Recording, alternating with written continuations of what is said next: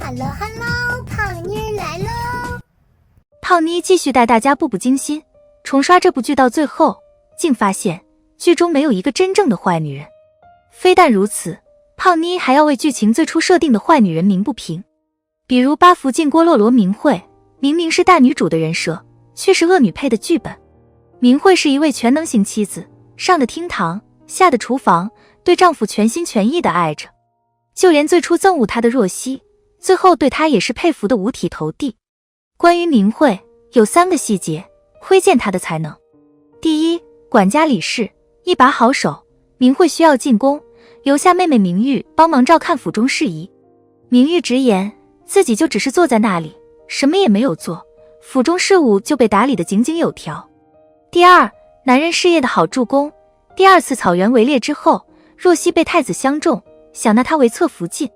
那位贪婪却无能的太子，若曦当然不想嫁，只得用病拖着不去皇上跟前侍奉。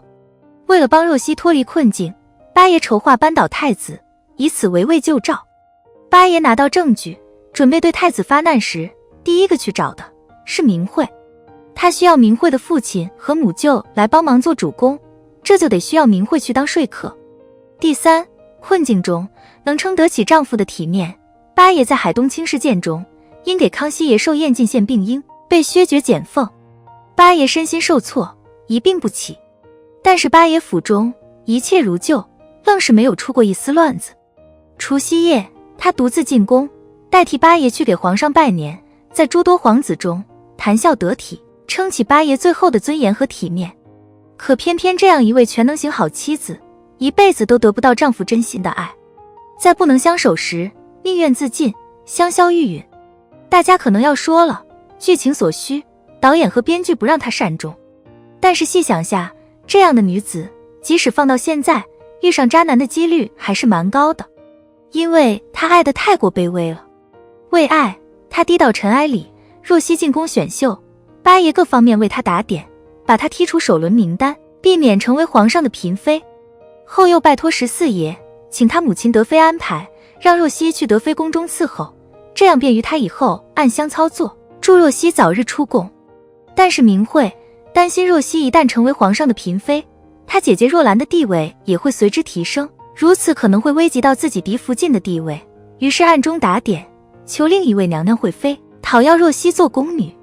这波操作下来，造成2位娘娘争夺若曦的局面，皇后两头不得罪，就把若曦分到了御前，做了奉茶宫女。皇上跟前儿当差，若曦想要出宫就不好办了。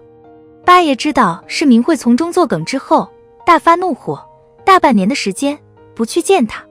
明慧后悔，各种赔罪，整日炖了汤在家里等，每天找下人去请，但是八爷就是不肯原谅她。后来他不惜烫伤自己，这一番苦肉计才让八爷的心得以回还。他甚至恳求，只要八爷不再那么冷漠，即使他的心不在自己身上，他也不在乎了。为了一个男人，不惜这样卑躬屈膝，甚至不惜伤害自己的身体，如此不顾惜自己，男人又怎么会在意呢？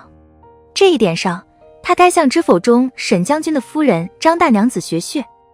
沈将军感念亡妻旧情，纳了小姨子为妾，百般呵护，对续弦张大娘子冷落至极。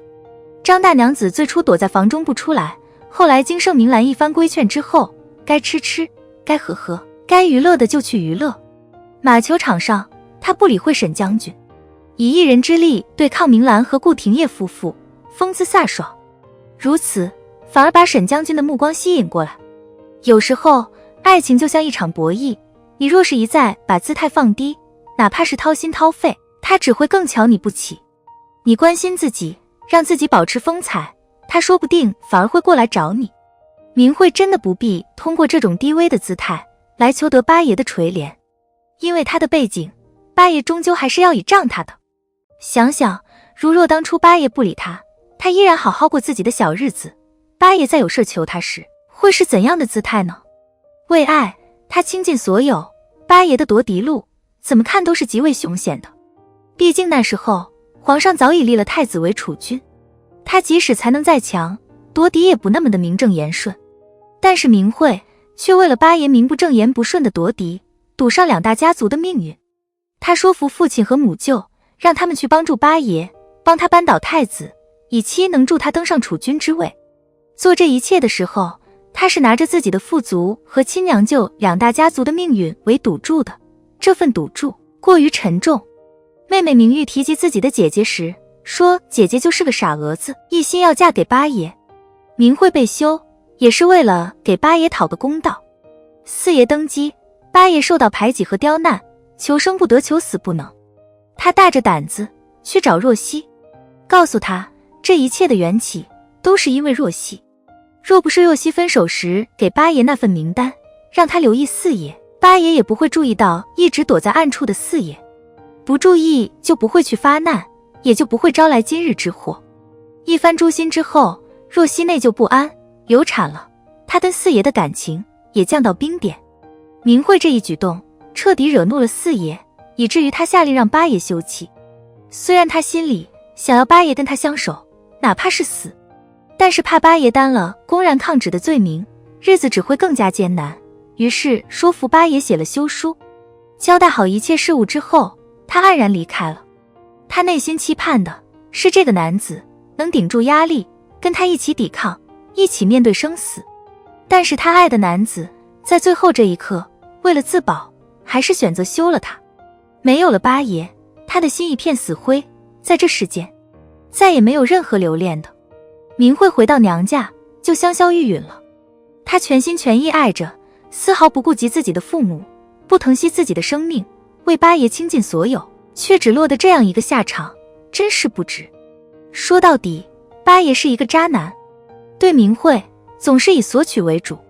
不管是他背后的家族势力，还是他对家庭的付出，亦或是情感上，坦然享受着他的所有，却没有给予相应的爱。